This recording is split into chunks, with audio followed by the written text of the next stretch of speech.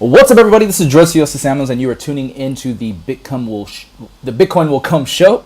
And today we're actually going to be doing a special one where I've invited good friend Kevin Pham onto the show, and we're going to be reviewing a new site that has come out called PowPing, which, as the question in the title of today's episode is it a true Bitcoin social network? There's a lot going for it at the moment, and I'm excited to do a little review with Kevin. So without further ado, all right, Kevin, got you on there. How's it going? I am doing well.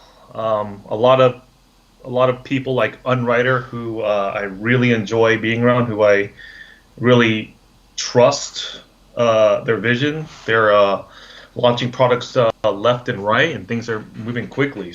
So it's very exciting. Exactly. And, obviously... Oh, okay, sorry. We got we do have some messages coming in already, so had some audio delay there, which is a good thing. So just give me 1 sec, and I'm going to bring up the chat window so that we can see...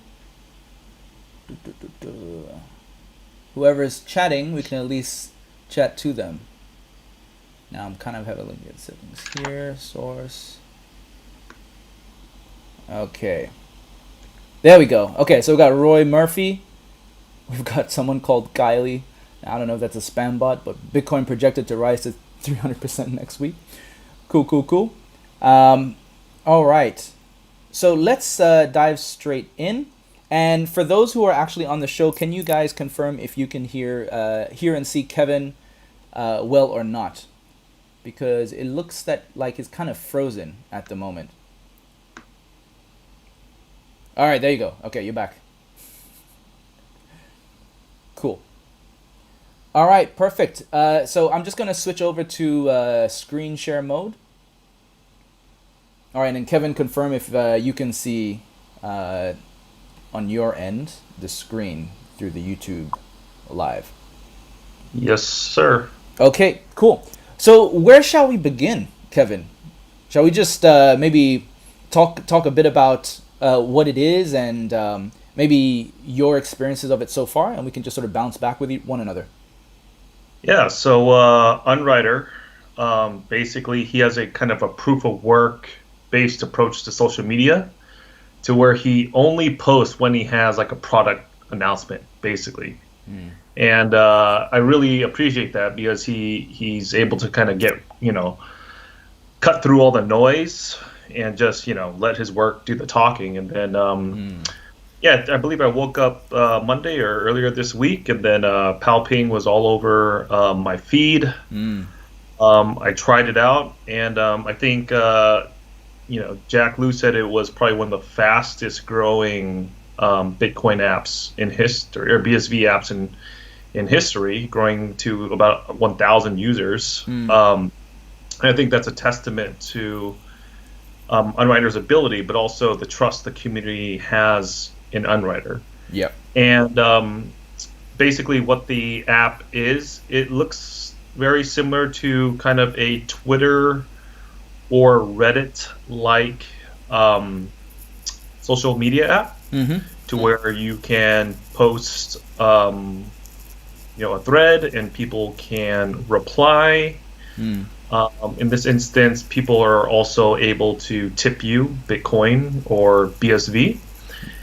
And I think the fundamental breakthrough, or the fundamental innovation here, is that I believe a lot of the legacy BSV apps emphasize content being stored or posted immediately on chain onto the Bitcoin blockchain, and also some kind of monetization scheme, to where Twitch is that, if your content goes viral and it gets shared all over the place, then you're going to earn a bunch of micropayments, or if a lot of people reply to your post and they have to pay to reply, you'll make a lot of money.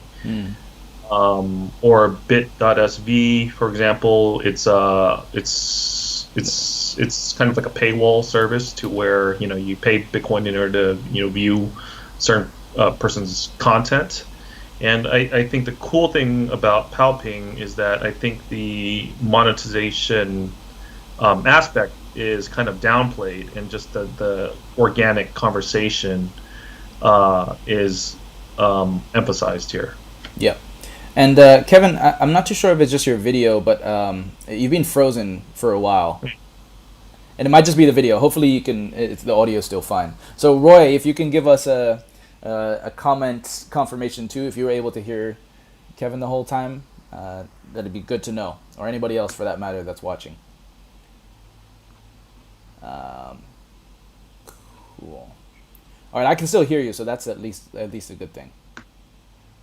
Okay, so yeah, maybe just to add on top of that, right? I think okay, thank you, Roy.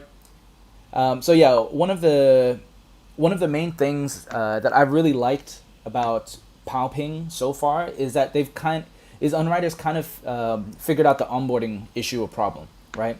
One of the biggest barriers I think for a lot of Bitcoin and even BSV platforms is that you kind of needed to have Bitcoin in order to play, right?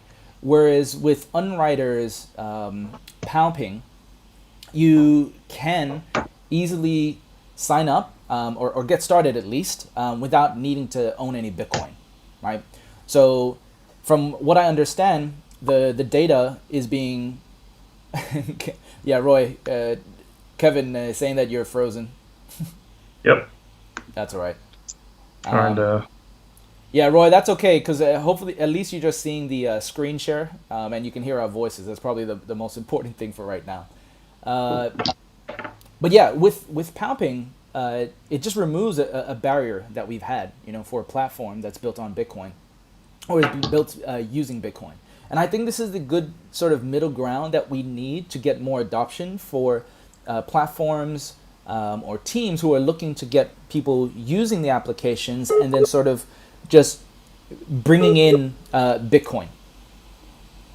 And by doing this, by bringing in Bitcoin as sort of like a subtle feature, and I think that's what Unwriter has done here, then people get used to the idea of using Bitcoin in a meaningful way, but still playing around with things that are already familiar with them, right? So because this is a social network, what I'm finding is that I actually am now already starting to keep PowPing up, even on my mobile phone, a little bit more than I was with Twitch. So as much as I love Twitch, and for those who are not familiar with Twitch, I'm just going to bring it up for you here.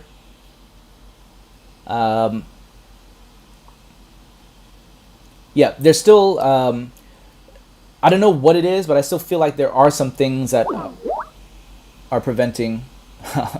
Sorry, guys, I think I've just lost Kevin, so I'm just going to try and get him back in again. Give me 1 second.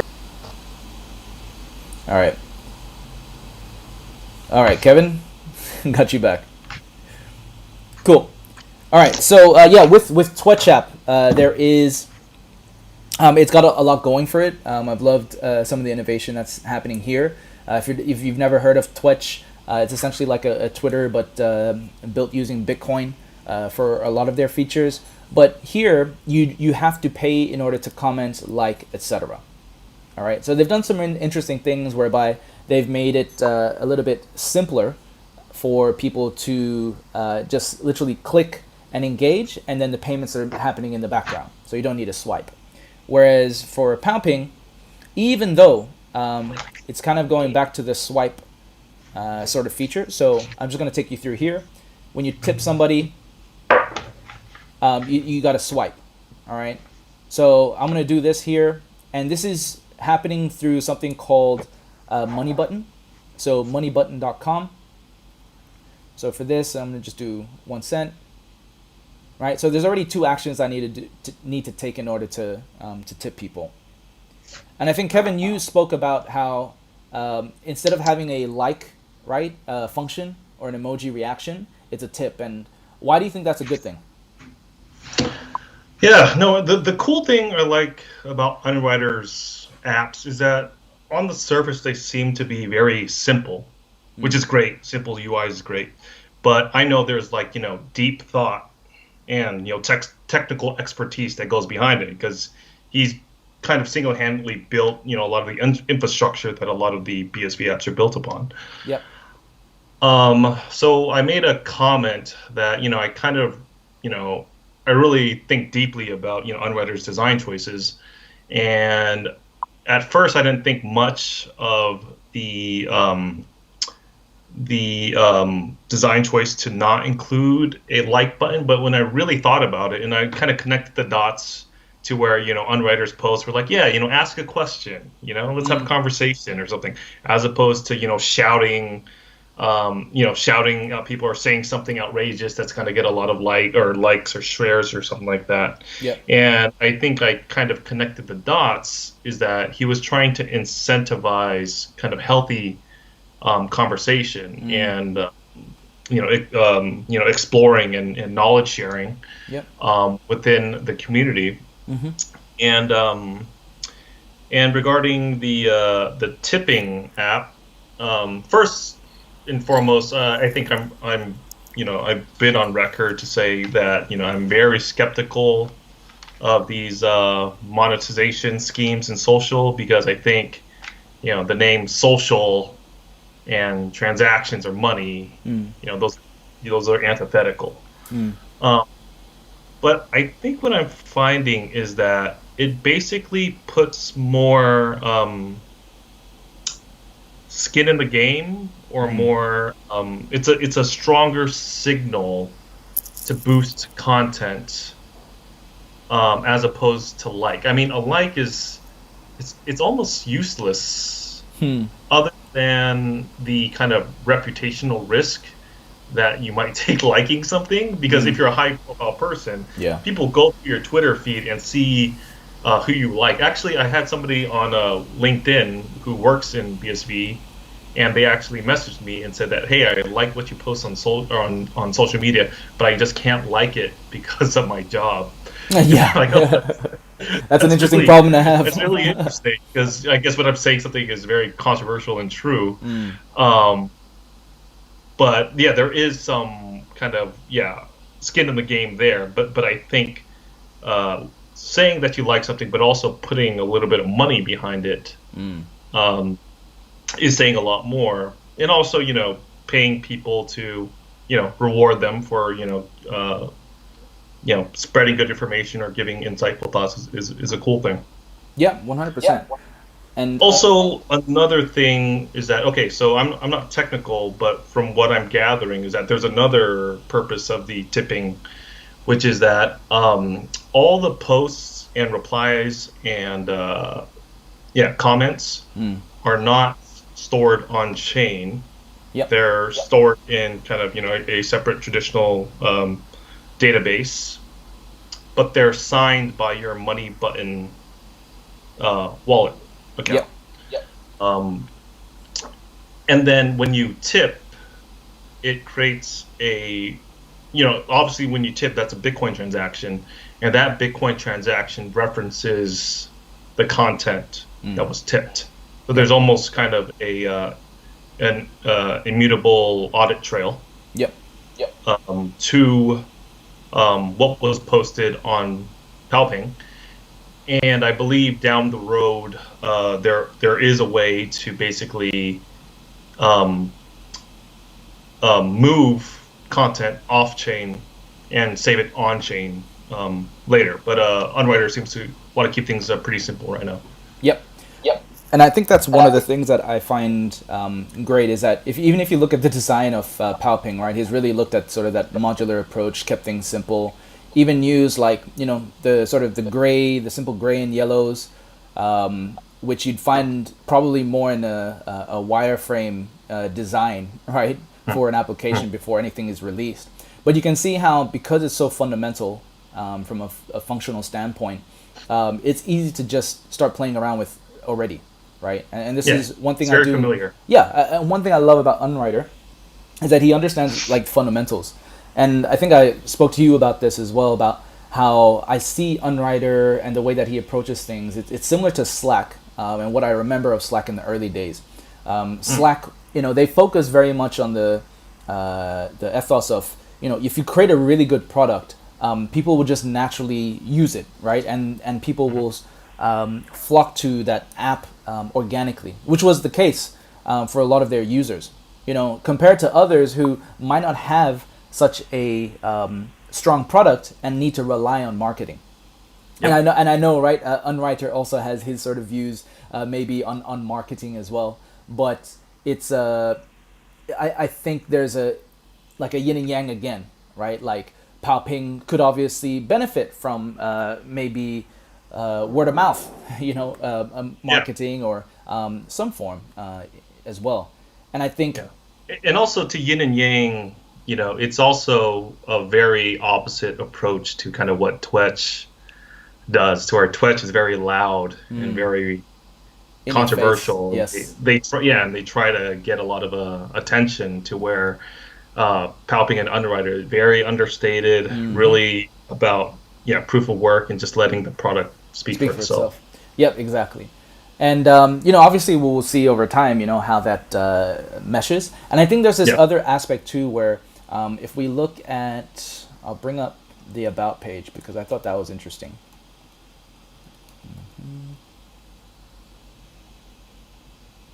Cool. So this is the about page for PowPing, which most people will see right before logging in. So value exchange network, provide value and get Bitcoin micropayments. So at least it shows or describes what it's about. Free to play. You do not need Bitcoin to get started. Now, so this is the big bit, right? Which is being the barrier for a lot of platforms. So anyone can instantly join the Bitcoin value exchange economy without spending any money or buying Bitcoins. And I think this is going to be a great model for anybody else coming into the space or looking to get more adoption, is essentially doing this. This is similar to when I was working for my last company, when we were trying to get people over to Slack and get them used to it, using the familiar to help people get on board with something new, right? And so if people are already familiar with social networks, making it easy for them to get playing straight away, and then sort of, just drip feeding Bitcoin over time and the benefits of it, it'll speak for itself. Bitcoin native, so yep, PayMail, peer-to-peer on steroids, yep. Okay, so the philosophy. Free, open, and public. So we are an open community for everyone, not an exclusive group. Every interaction and every message on the site is open and public, and every action is free, except for when you want to tip. You do not need Bitcoin to get started. The entire world is invited. Bring your normal friends to the party. So I think this is going to be great, and it will appeal to everybody, which is kind of what we need more of. But at the same time, I would have said, my distinction personally is always a difference between a network and a community. By nature, communities are meant to be smaller, and they usually actually do become better off by being exclusive, right?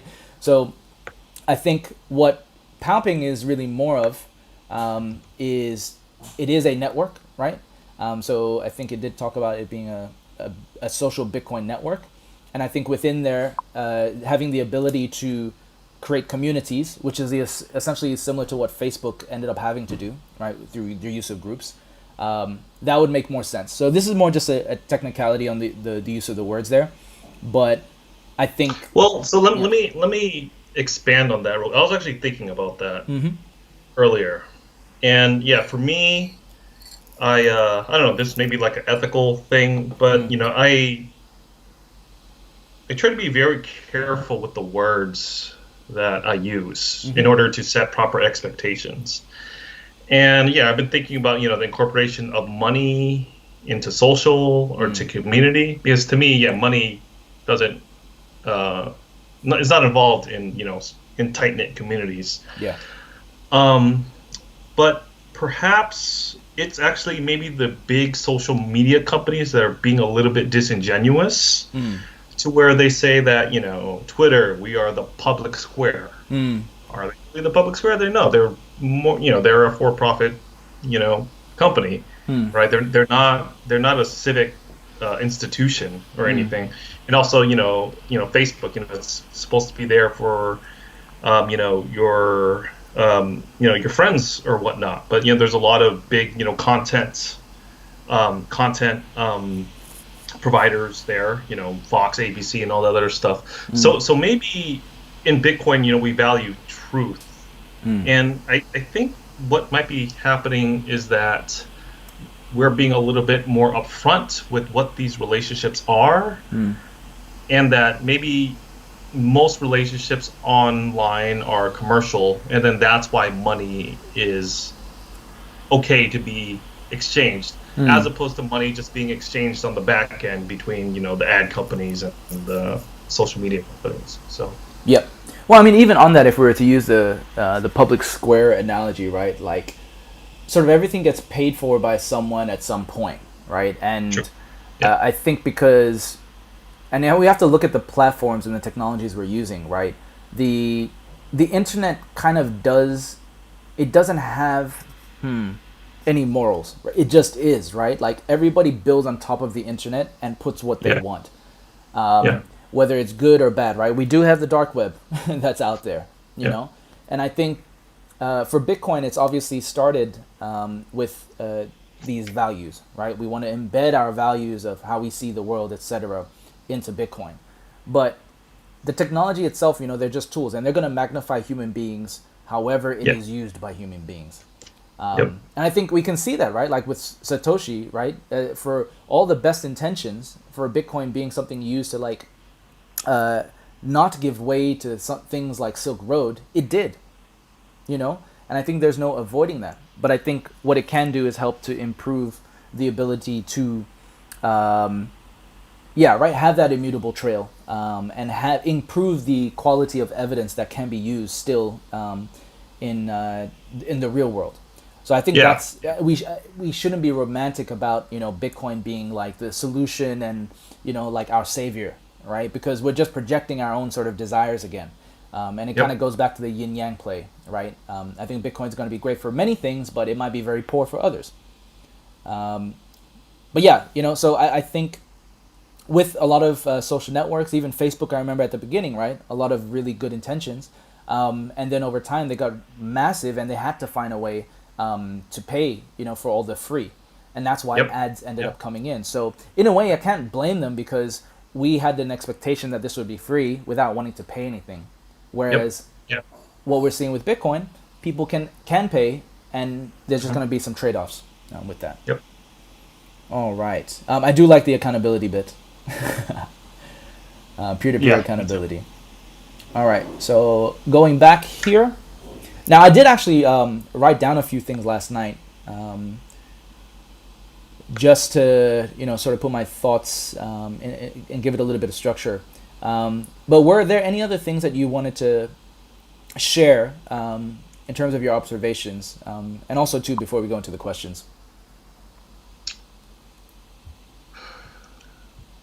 I think of my other observations.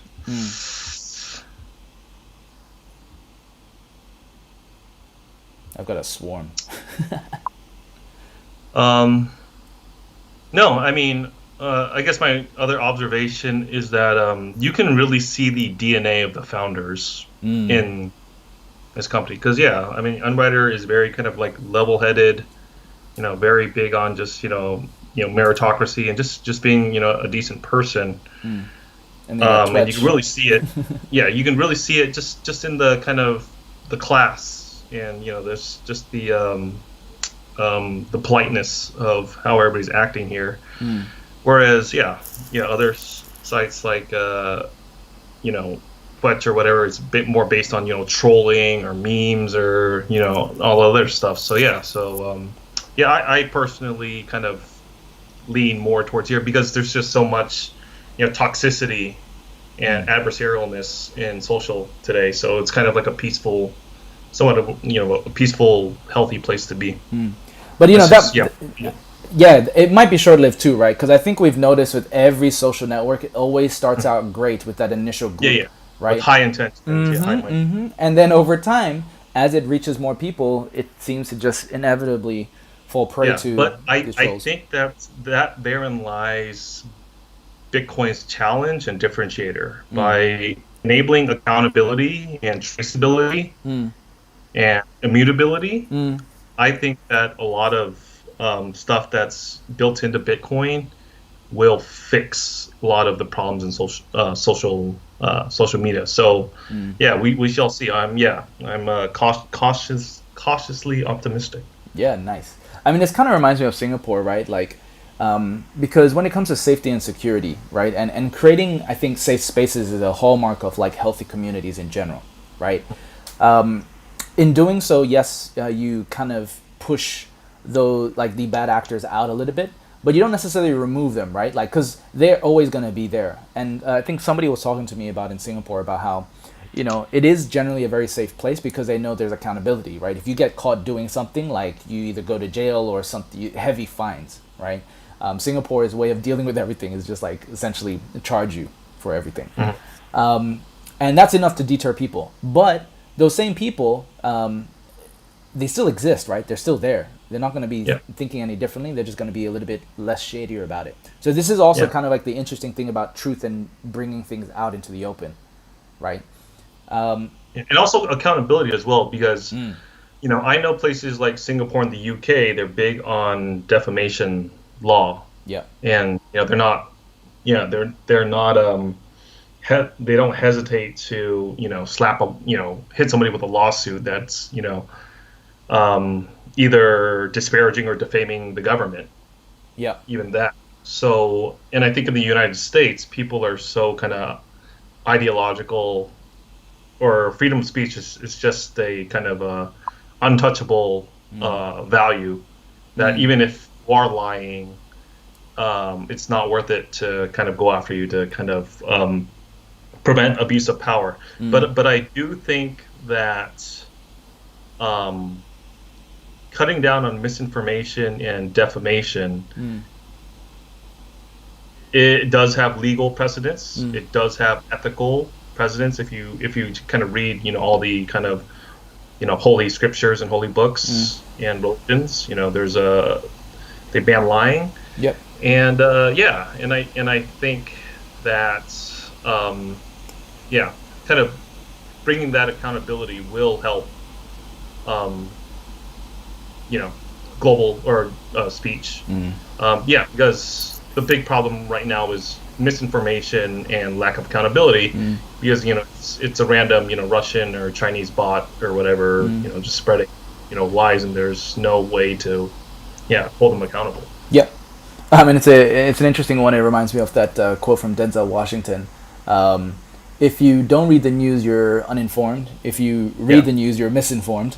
And so the only thing left is for people to make a concerted effort to speak the truth as well. Right? But then Bitcoin is probably going to put teeth behind that, because going back to PowPing, every post and every message and every reply is traced back to your money button account. Yep. Right. So there's an immutable evidence trail of like what you said, and I think Ken Shishito said that. Let me look up his post here. Sure. He said. Shall I bring it up here on this screen as well? Sure. Ken Shishito. Let's see if the search works. Shame, PowPing.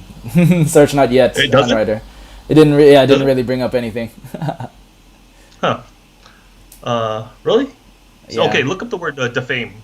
Defame. Because I think that's what his post said. Oh, there we go. That worked. So search it. Yep. So if I defame someone for no reason, and the person downloads the transaction details before I delete it, would it be stronger evidence than screenshots in court? Is this one of the benefits of having a Bitcoin format transaction? And I think it does. Because this reminds me, so this is my intuition of the court case in Craig. I think Craig is trying to set a lot of legal precedents regarding kind of digital evidence, just on the internet and regarding the blockchain. I think that's why he's really kind of making it a point regarding, setting precedents regarding, this whole not your keys, not your coin stuff. He's Yeah. trying to set a legal blockchain precedent. Mm. But also, if you remember, he tossed that PDF of an email that they tried to or present as evidence, Mm. and you would think that the courts know that, but they're not technical. And he's a forensic expert, and he knows that this PDF can trivially be doctored, and it doesn't prove anything, right? So same thing with the screenshot, right? So basically, this is what I do, and I think that's what a lot of people do on Twitter, right? Is that whenever they see like a salacious or maybe a lying on Twitter or doing a defamatory tweet, they screenshot and then they post it. Yeah. And I think in the court of public opinion, it's enough evidence. But knowing what I know about Bitcoin and how easily things are doctored in the digital sphere, I'm not a legal expert, but I don't think that is admissible in court as good evidence, right? Because it could not be you, it could be doctored or whatever. So yeah, that is some like secret sauce, some key differentiators of a Bitcoin-based social network to bring that accountability in. Yeah, because to date, right, people have been sort of relying on what the hell is the name of that archiving tool? Wayback Machine. Yeah, Wayback. Yeah, right. So yeah, people have been kind of relying on that, but even that, can be doctored, or it might not be able to bring out the whole truth. So it's interesting because I remember going back, I was reading sort of how people were talking about the internet in the early days too, because they also had the belief that like, oh, once it's up on the Bitcoin, once it's up on the internet, it's there forever, right? And so they had sort of similar sentiments as we do about Bitcoin right now. And we've obviously discovered, right, that, things can be manipulated still with the internet. So I think, Bitcoin, simply because of the payment mechanism, it does provide a little bit more accountability. You've got the audit trail there. But again, it's just improving the quality of the evidence, ideally. But we will see. I think human beings, in my opinion, are always very sort of... Yeah, they know how to game things, right? We know how to create game systems, and we also know how to game the system. Yep. Now, we got some good questions coming up, so we'll get to those maybe in the next 5 minutes or so. But I actually wanted to go over, I think there was a tweet, a post you shared with a troll that was already on. And he was talking about trannies and something already. Here we go. Look at this one right here. Right? You want to talk about this one? Oh. Yeah, so, that is an example of kind of it seems like a social attack. Or they're stress testing, the censorship resistance of the system. But when you really think about it, in Gab or Twitter or whatever, that would just fly and this person could just disappear. But in this sense, it's signed by somebody's money button. Exactly, which is kind of stupid. And then you can trace it back to that money button. And then, I think once our identity protocols get built out more, then all these I think, Craig talked about, creating pseudonymous accounts that can be linked back to a real identity. Then you can, link back to, whoever this person is. So, not to say that they're not violating a law, because, that's... freedom of speech, right? That's free speech. But then the thing is that there's still reputational risk there. And, so I think that's cool. So, I mean, this is the interesting thing, right? Because with Bitcoin, because you just have throwaway accounts, right? True. Normal thing. And that's the huge problem with all those bots and throwaway accounts. Yeah, exactly. But yeah, it's put into the up return. The transaction link is right there. Just, amazes me. But again, right, you're never going to get rid of these types of people. It is. So all you can do is create systems that disincentivize those types of behavior. 100%. Okay, so I'll just quickly, over the next maybe couple minutes, I'll go over some of the stuff that I've written down last night. So I think we also spoke about Kevin, right? PowPing versus Ping Pow, right? So I think you and I both came to the same line of thinking, but here, so I had written here, so literally within, what is that, 14 hours of each other, Kevin? So I said, Hmm. which rolls off the tongue more easily, PowPing or Ping Pow, right?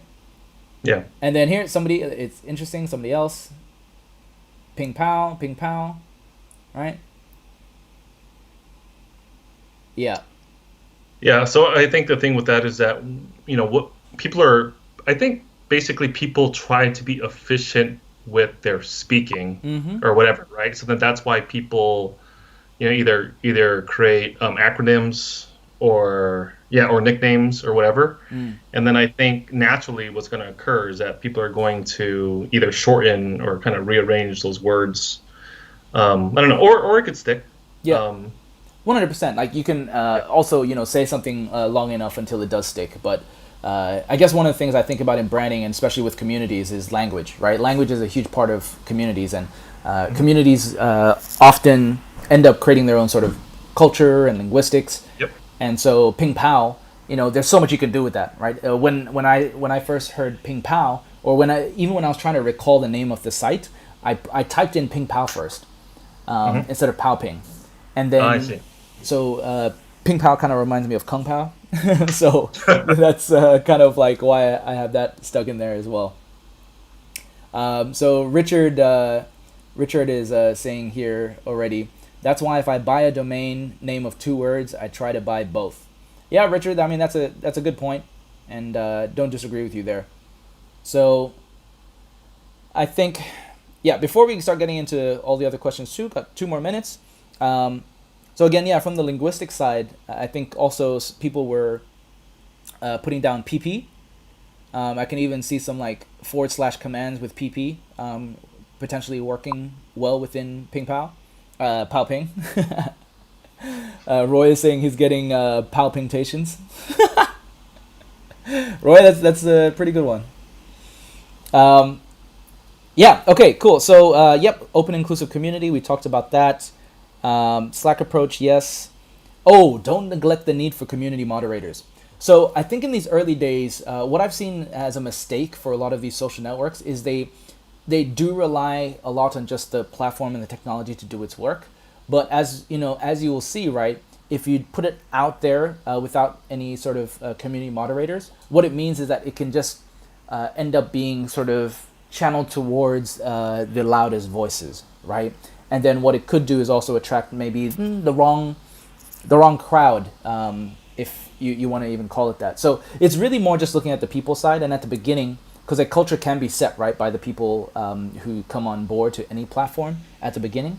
And I think Facebook experienced this, but they had to do it in reverse, whereby they got so big, they realized things were getting out of hand, and they actually then started to have to hire like community moderators to help train all of these owners of groups everywhere, because they were having Yeah. huge issues with that.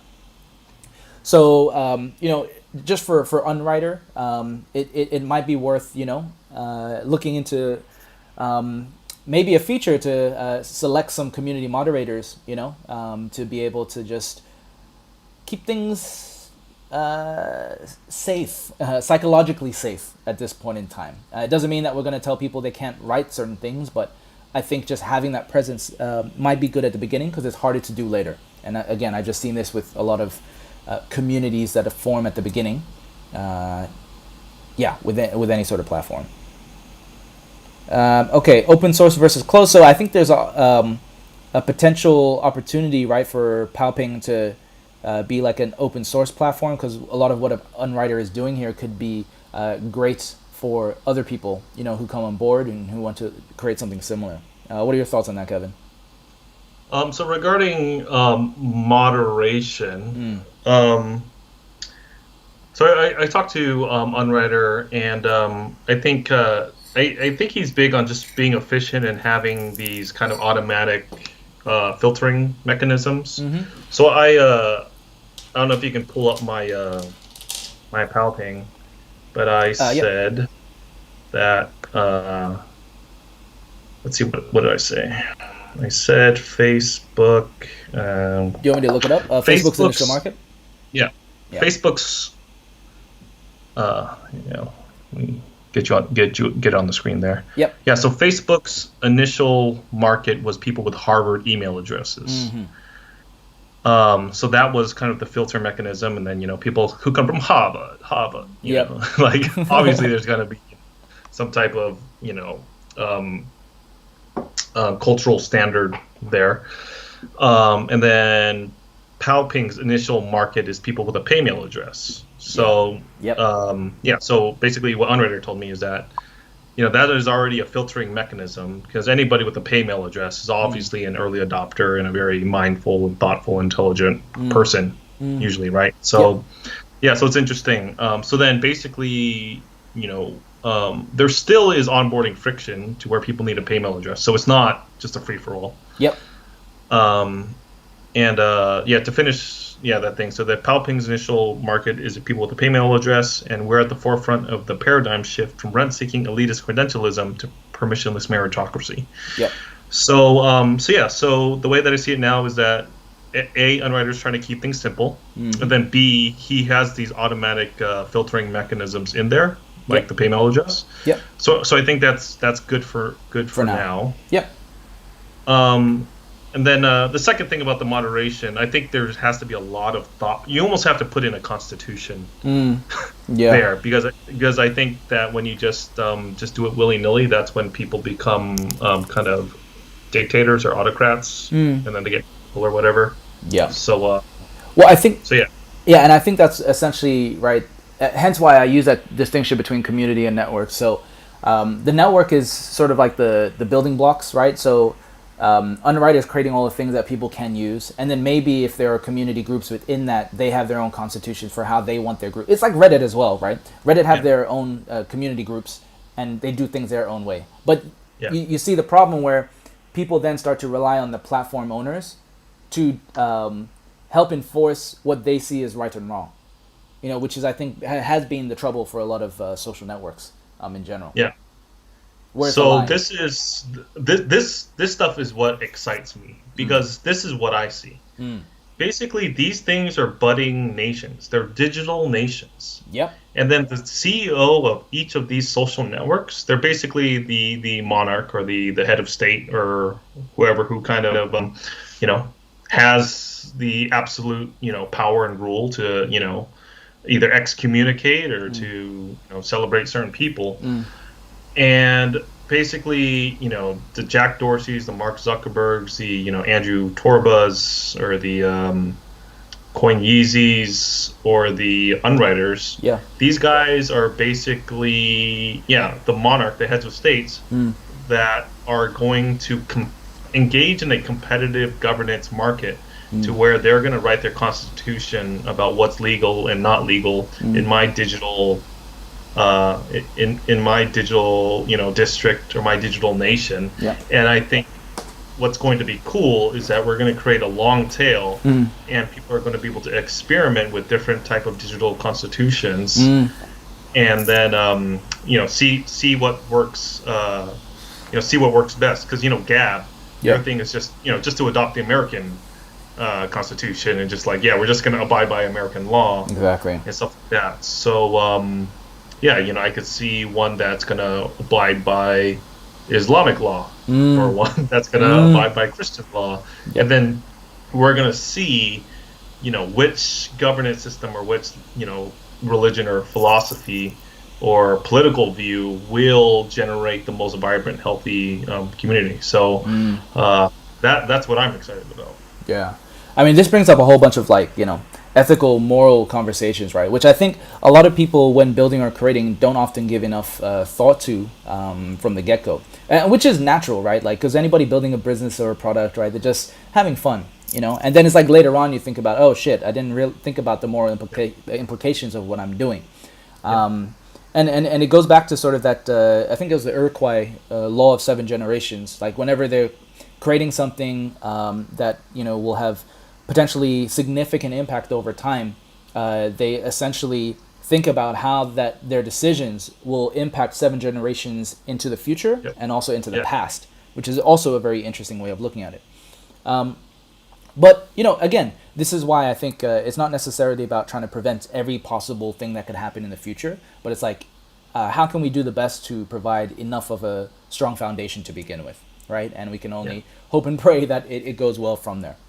And also, from your benefit, I think doing a lot of the research and having a lot of knowledge about, sociology and political theory is important for founders. Well, it's either who came up with the philosopher king? Was it Socrates or Aristotle? The concept of the you probably know the classics. Yeah, well, one of them, right? That's why they talked about, especially when it came to democracy. Right.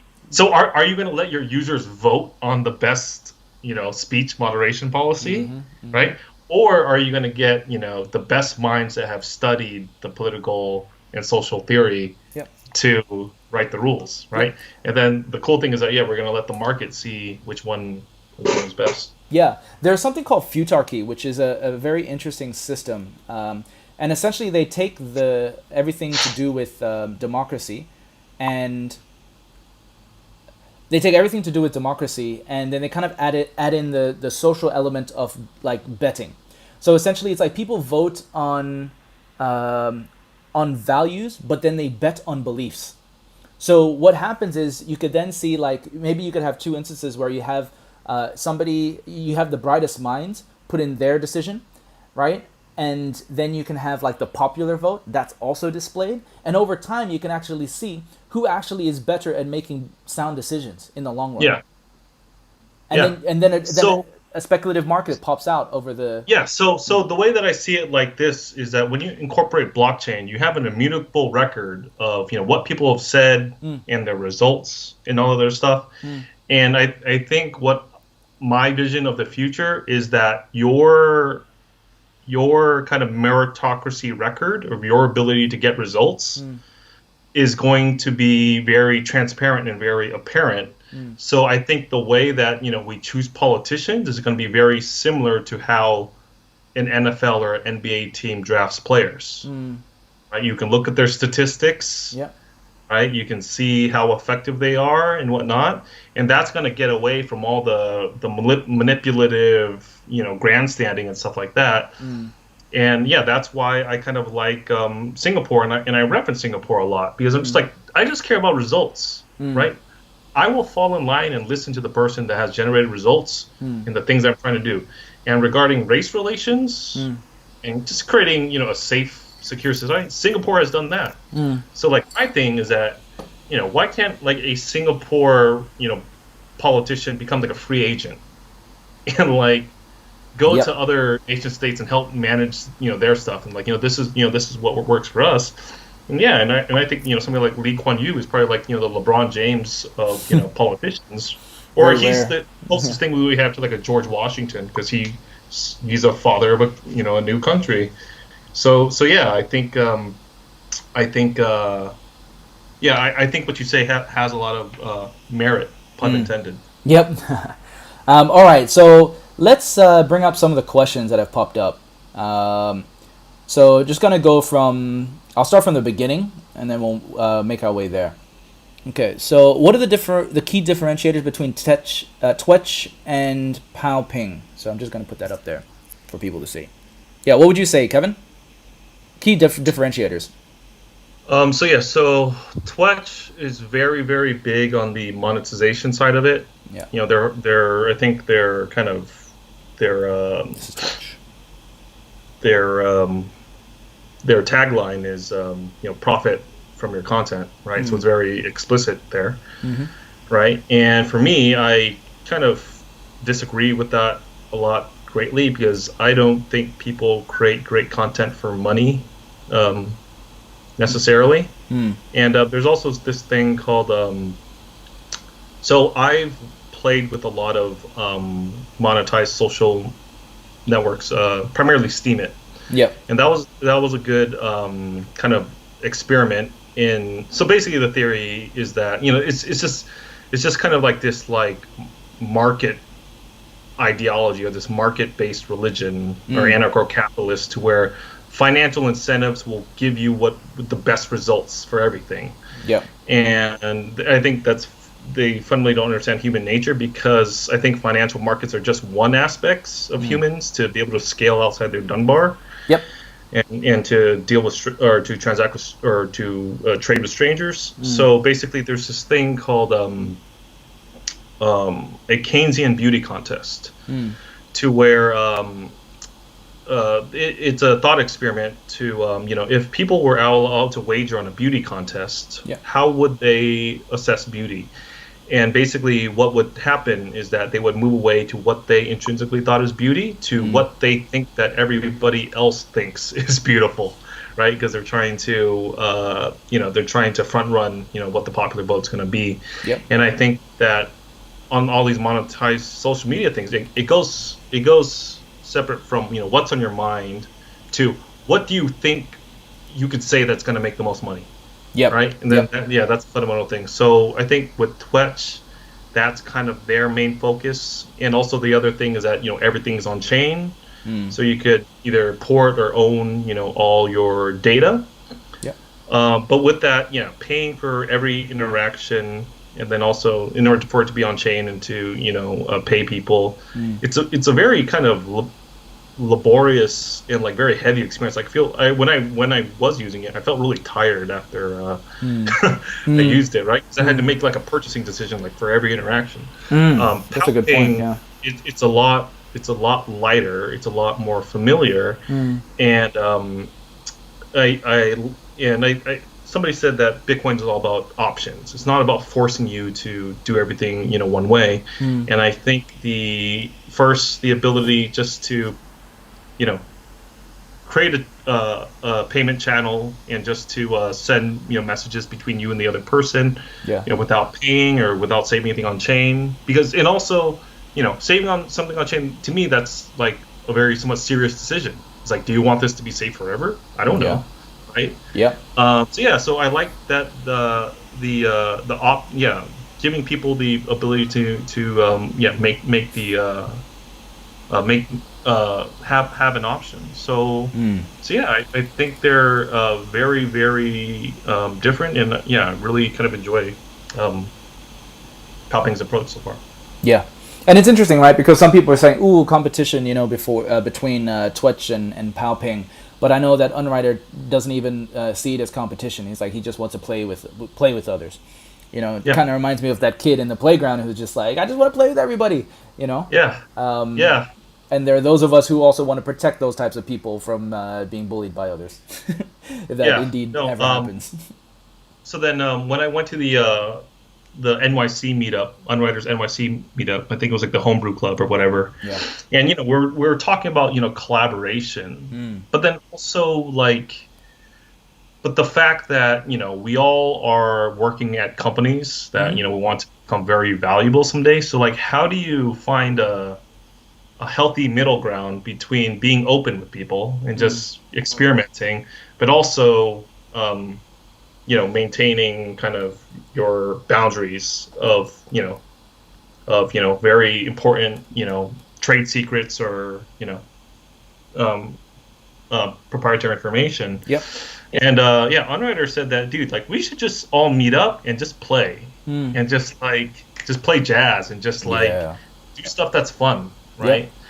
And I think my thing was like, well, but then when you do that, you need to make sure that everybody here is a team player, right? So that was that yin yang, that balance there. And I think Jack Liu said that, dude, Unwriter, if you like built a wallet here, you could have killed Money Button, Hand Cash, and Relay X. Let me look at that. One fell swoop. And then Unwriter was like, here we go. I'm not interested in building a wallet, and I want to play. I want to collaborate with everyone. And I think that's healthy because that generates trust that I'm going to do me, you're going to do you. So like, let's collaborate, right? We're not going to encroach on each other's turf. But also, I think the thing is that Twitch, they're very ideological, and I think that there's kind of an in-group, out-group thing, and then people that don't go with their kind of very hyper-capitalist, market-based Randian ideology, they're kind of pushed out.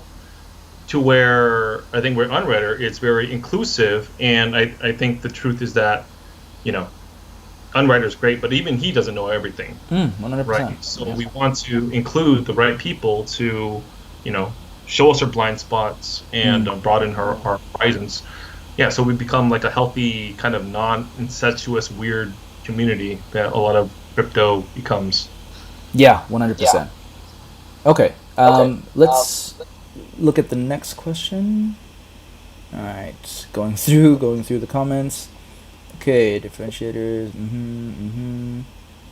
Okay, this is more of an idea that Roy had. PowPing looks like it could be embedded into any website with styles overridden to form social groups and branded to suit. Yeah, I could see that. I'm imagining a world of social brands using the API, settling on BSV. So let me put that up. So yeah, what are your thoughts about that, Kevin? I think you would be able to speak Sure. more onto that. I'm not Yep. incredibly technical, but No worries, no worries. Yeah, okay, so Roy, I guess on that, I think, yeah, there definitely is a rise in a lot of providers, platforms who are looking to offer white label solutions, not only for your general consumers, but also like in the private commercial space. Enterprise too, because yeah, people do want to not have to reinvent the wheel, and if somebody's already building something with strong foundations, it makes more sense to just build on top of that. I remember, who was it? Atlassian. So there's this other tech company called Atlassian. They're responsible for some really well-known products in the developer space. And I remember they had tried to create a competitor to Slack. It wasn't HipChat, but it was called something else. And in the end, they actually just said, you know what, Slack, you're doing it better than us. We're gonna give up on our product, and we're just going to invest in your company. Which is probably the first time I saw like a unicorn company actually do something like that. Because a lot of times you have all this ego involved. But for something like PowPing, and because of Unwriter and his attitude already, I am hoping that sort of seeps out to all the right people, and attracts all of these other team players who are like, hey, you know what? Actually, what you're doing is better. Let me just come and play on your playground, because it's going to be better for everybody, all the people that we're serving, by doing so. And competition is good in the sense of like providing options, right, for others who may just want to have a monopoly on things. But I do think that having PowPing as embeddable is a great idea, Roy. So, next question. Okay, Kevin, who won tic-tac-toe? I don't know what that's about. Okay, so basically, Unwriter did a post. And yeah, if you either look up Unwriter or my Yep. feed, well, yeah. Yeah. Let me just, what should I look up, Unwriter or you? Uh,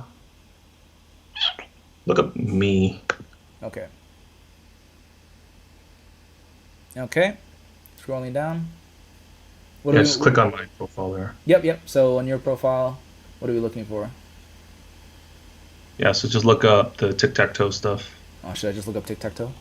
Oh, no. Like we actually like drew it out. Oh, okay. Oh, here. Was it on Twitter? Um, Stateful strategy game. Looks like it was on Twitter. Oh no, oh what's no, I popping? posted it on Twitter, but then no, I think you can find it. Uh, yeah, just click on my profile and just scroll down a little bit. You'll see my game with Unwriter. Yeah, okay. Yeah, I don't think it's showing the replies on your profile though. Oh wait, no, go back up, go back up. But okay, yep, up here. There we go. Hold up. Just, I think I found it. I'll go first. There we go. Cool. Unwriter replied. Then you. yeah, Okay. so that was pretty cool because basically you can kind of extrapolate uh, this into kind of like a stateful game Mm. to where we can like provably show the history of our moves, Mhm. right? Mhm. And yeah, so well, first thing is that it was a draw. Like it Yep. was a good battle of wits there. Uh, Yeah, it was pretty exciting. One of the most exciting TikTok because I know it's going on Unwriter. Um, but yeah, it came out to be a cats game. Nice. But you can kind of extrapolate into, these different stateful games of either chess or Go or tic-tac-toe, Mm. and having an immutable record of people's moves and their win and loss record or whatever, Yep. and having like hyper global like meritocratic ranking Mm. system, or basically a hyper acceleration and people observing other people's games and learning Mm. faster, right? So I think like the world changing idea is that if you can, play real life games like economic games Yeah. to where, everybody's revenues or whatever, or their patents or whatever is all on chain, Mm. and everybody's like learning from each other, but also everybody's seeing you know, like Unwriter's like, output and his proof of work is just off the charts, right? So you just cannot deny that he is like the LeBron James of Bitcoin, right now, right? Because the proof is in the pudding. Yeah. So yeah, well, if all his code was on chain, then you can kind of see how this stuff evolves and fundamentally changes, economics and society. Yep. Spot on. Okay. So we'll probably spend maybe 5, 10 more minutes. And next up we got here. Okay, transactions as data packets, payment channels as conversations. Steve Shatters, discuss. Um, yeah, I'm not terribly technical, but yeah, basically Steve said it's an abstraction, Mm. and I think Craig hinted at this at either peer-to-peer or payment channels, and having not all transactions having need to be on chain, Mm. and I think that basically the abstraction is that instead of doing actual financial transactions, the abstraction is that Unwriter superimposed this structure on conversation. Mm. Yep. So yeah, so the it's a channel conversation, Yep. and then what's moving back and forth is the data of the content of what Yep. we're saying. Yep. So I think, and exactly right. So I just searched this up on PowPing as well. So somebody wrote, PowPing is so important because it's the first example of transactions being used as data packet objects. There's going to be a plethora of fundamental electronic data metanet tree types like EHR data for all kinds of information. But so for those that are not familiar with EHR, another partnership between nChain and EHR. Sorry, there's another group. They're not called EHR, or are they? Well, can't remember the name of that company. Yeah, I believe they are. Yeah. Okay. So yeah, essentially, putting health data records onto the blockchain or Bitcoin blockchain can be very valuable, right? So, but probably the biggest will be IoT. I just watched the 4th episode of The Theory of Bitcoin, which will help create clean machine learning data so everything can move towards truly dynamic models, i.e. machines will be able to communicate directly with each other and share their data privately and securely in a non-human readable form. So they'll have a dynamic and constantly updated data set to tune themselves.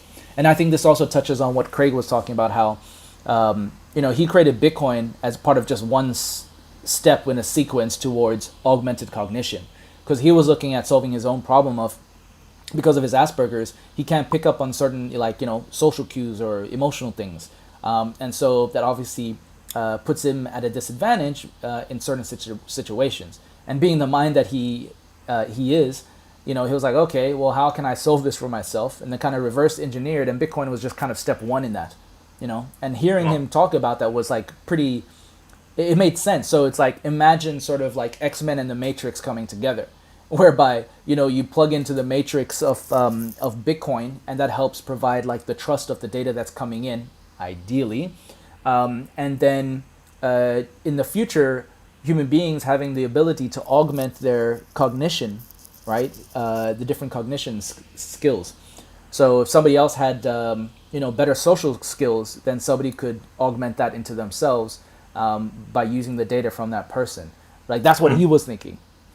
Interesting. Yep. So yeah, so here's another cool thing. So then I think a lot of other platforms, they use kind of a algorithmic or a machine translation system for other languages. Yep. Unwriter made a post somewhere about that it should be a human being that is translating it, so they can translate all the nuance in language.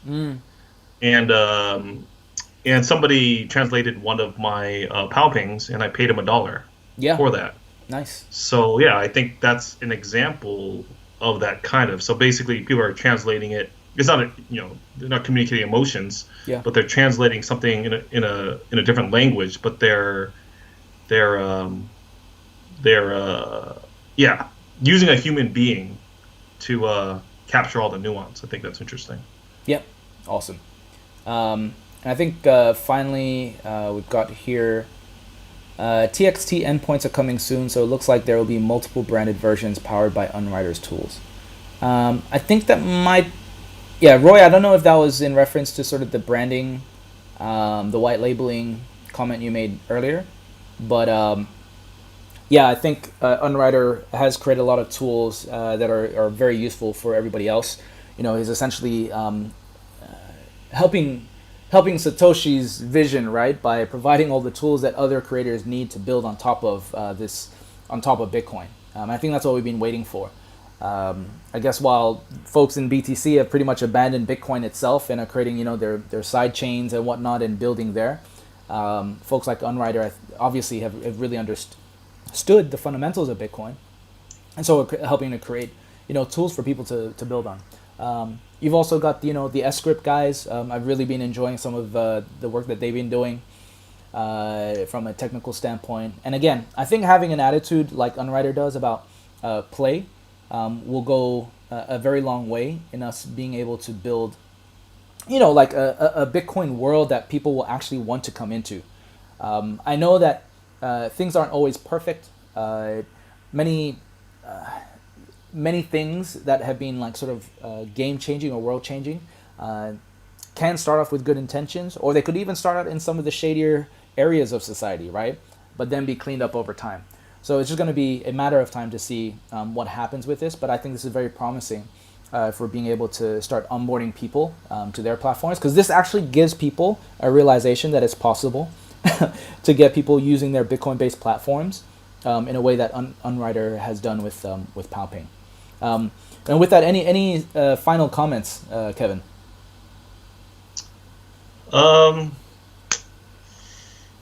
Any final comments? The thing about Unrated stuff is like a great movie from a great director or a great piece of art. There's just like a lot of nuance, and you just play with it, and you just notice a little bit more. Yeah. And I just noticed that you were just using search just very nonchalantly, but that's a big thing.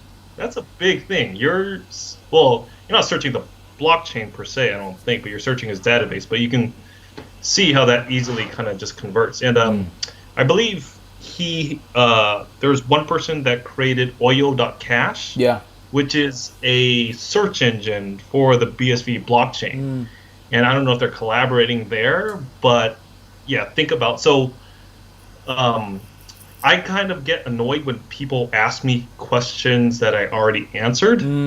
Or how people will say that a lot in communities, like, read the FAQ. Read the FAQ before you start posting. Right? Yeah. So the things like I want to say is just like, search for your. So it was like everybody's asking, is this on chain? Is this on chain? I'm like, I want to put like a sticky and say like, search on chain first and read it before you ask a question. Right. Most people don't want to do that. So that's a huge, it has implications for Google and stuff. So I think that's huge as well. Yep, 100%. All right, my man. Well, I think that concludes today's session. A little over an hour, so I think it was a good run. I hope Unwriter has a moment to check this out. If not, I'll probably timestamp this video so people can just skip to certain things that we talk about, certain topics. And appreciate all of those who came on to watch. Had some familiar faces. Thanks, Roy. Thanks, Stefan. Thanks, Trisha. Who else we got? Richard, Nicholas. Yeah, appreciate all you guys hopping on. We may do more of these because, if I didn't mention already, the show is sponsored by Faya. So Faya is very much a consultancy focused on helping community-driven businesses in the scale-up stage of their business to grow. Right, so we are very interested in that sort of crossover between communities and tech. Hence why I thought it'd be great to bring Kevin on to talk about PowPing, which is definitely at that intersection. And I think there's so many implications for human beings in the future in a Bitcoinized world that we haven't even scratched the surface. And I would love to be able to just dive into that as it's happening. And with that, BSV, Bitcoin, and we'll see everybody at the same time next week. So thanks. Yeah, we got to do our sign off, right? Oh yeah, we're gonna do the sign off. Okay, yeah. Do you want to do the sign off? All right, sure. Yeah. In life and with Bitcoin, with patience and persistence, it will come. Beautiful. And with that, guys, thanks a lot. Remember, see you again, same time next week. Later.